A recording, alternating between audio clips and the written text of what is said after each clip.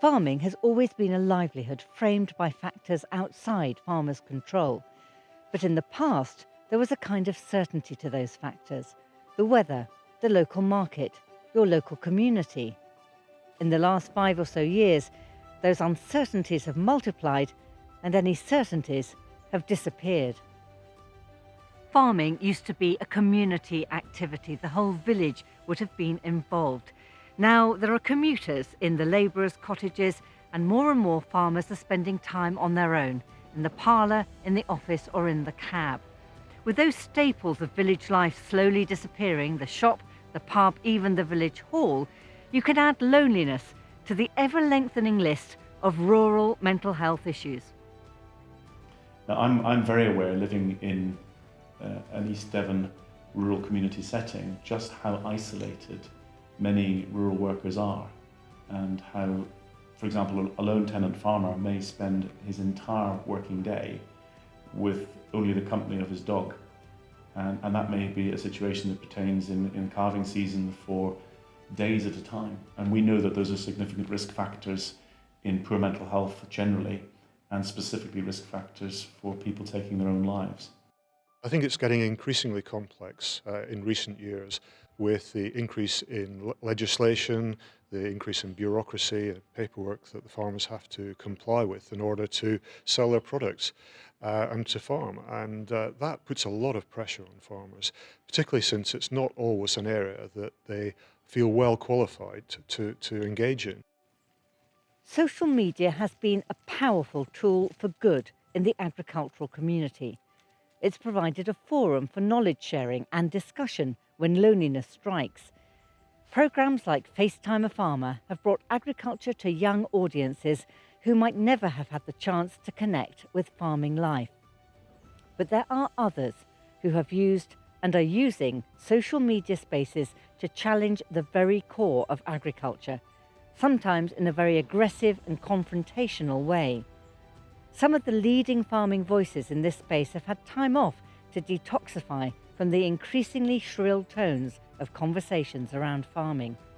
I think, unfortunately, one of the downsides of social media is that people feel they can be really quite offensive, such that they wouldn't do in person. So that can definitely be the downside. It can be upsetting. It can be scary, actually. It can be intimidating. And yes, I do know a number of people who've closed their social media accounts because they felt they've been targeted, and that's really not okay, no matter which side of the fence you are.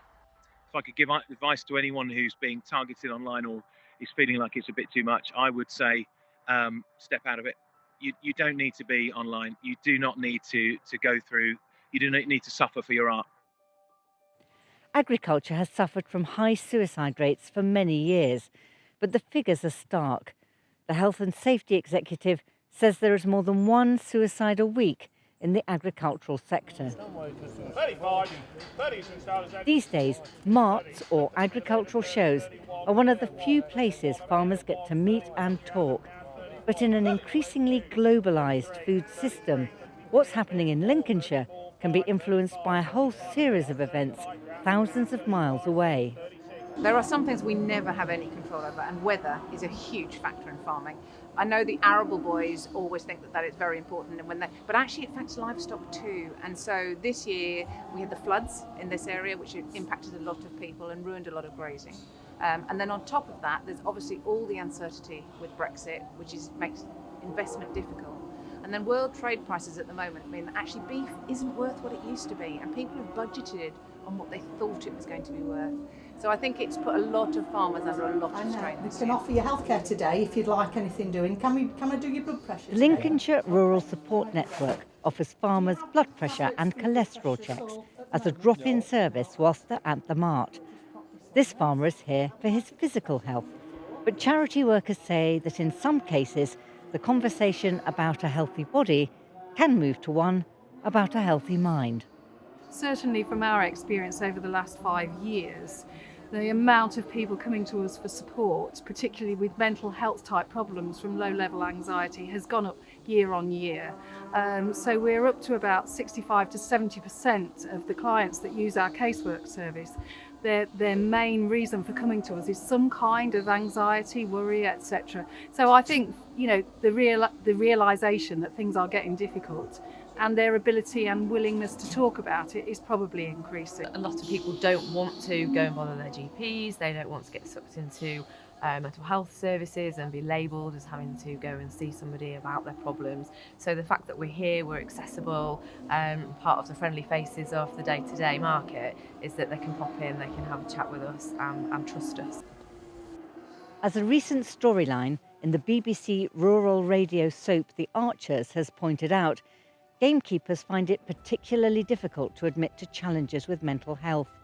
Such an admission could lead to losing their gun licence, their job and often their home as they live in tied cottages.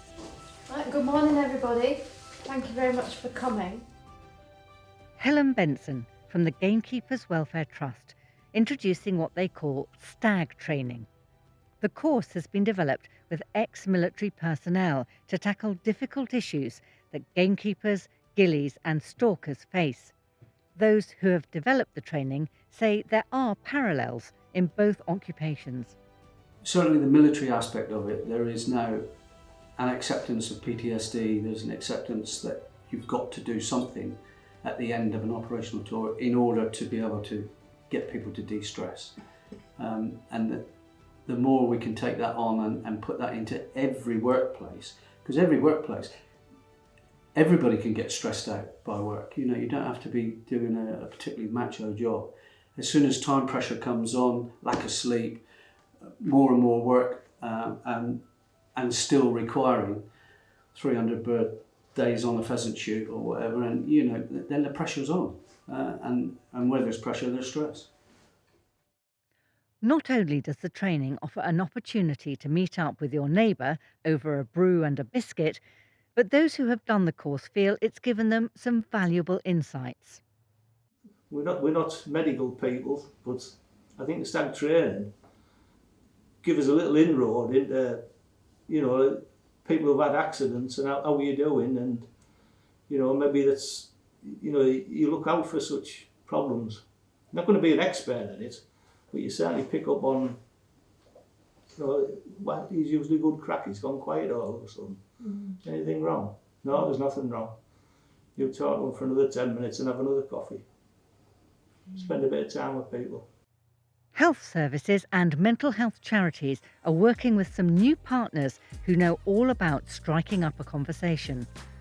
Tom Chapman is the founder of the Lions Barber Collective, which raises awareness in the industry of how the barber's chair can be as good as a psychiatrist's couch in addressing mental health issues. That's all you have to do, really. Just let people know that I'm going to listen to you, I'm not going to judge you, I'm not going to tell you that I know how you feel or I understand how you feel, but I'm just going to listen, and it's okay. And I think that the hair industry is a skilled trade that sometimes looked down upon as something you do if you can't do anything else. But there's a lot of skills there outside of cutting hair. There is a lot of tact and empathy and being able to have conversation and listening skills. And you know, we are in people's personal spaces. We touch their neck, face, you know, hair, run fingers through their hair, ears, lots of very intimate places that are often saved for perhaps lovers or family only, and your barber, you know, or hairdresser. And I think that just it's a natural part of being a successful hairdresser or barber is having that empathy for others. The collective aims to arm barbers with the knowledge of how to spot mental health issues. Reaching those in distress in rural areas is always a challenge, and the Lion Collective have been working with Harper Adams University. Health service leaders are now looking at this model as a template for the future. As a person wearing a suit and a tie in the main and sitting in a clinic in the centre of a town like Exeter, I am probably as remote from being useful to that lone agricultural worker as I could possibly be. So my interest is to try and find the interface in the way that we found an interface with the coast. We found something of an interface with men. How do we find the community of interest in the agricultural sector whom we can coach and support to do the kind of things that the barbers are showing the way on? And I think if we can find that community of interest and support them, we'll do great things. It's much easier to talk about the challenges of good mental health than it was even a few years ago. And there's a new openness about finding solutions wherever they come from in the world. New Zealand farmer Doug Avery has been on a sellout Shift Happens tour of the UK with the Farming Community Network. He speaks powerfully about his battles with mental health after years of debilitating drought on his farm. But he emphasises that farmers cannot assume that the disruption that has swept through every other sector will not happen to them. I think farming's always going to be a challenging industry, but if farmers think that they are the only ones that have got challenged, go out there and have a look round. Ask yourself, what happened to Kodak? When I was young, Kodak film, where's Kodak now? What's happened to taxis, Uber? Just think about restaurants, think about Uber food, think about all these other things. And if you've got that feeling that you're the only person that's getting this kind of challenge, I kind of reckon that you possibly haven't thought about it very well. So if you don't want to be a farmer, don't be one. You don't have to farm. But if you want to be a farmer, get involved in collaboration, in mentoring. I'd rather be a part of something big and special than the lone wolf and something absolutely failing. As we've heard, there are charities and organisations up and down the country who are really challenging this issue around rural mental health. But they often say that the biggest obstacle is shame. Shame of letting your friends and family down, shame of letting your boss down, or the shame of just opening up to those closest to you. But they say if you can break down those barriers, if you can have those conversations, they can be transformative. I would say of all the industries I've worked in, farming is the most inclusive, the most welcoming, the warmest, closest community that it's a pleasure to be a part of. But with issues and challenges around farming nowadays affecting mental health, it really is down to us to ensure that each other are in good condition, that we're happy, that our mental health is good. It is our watch, it is our responsibility to look out for each other.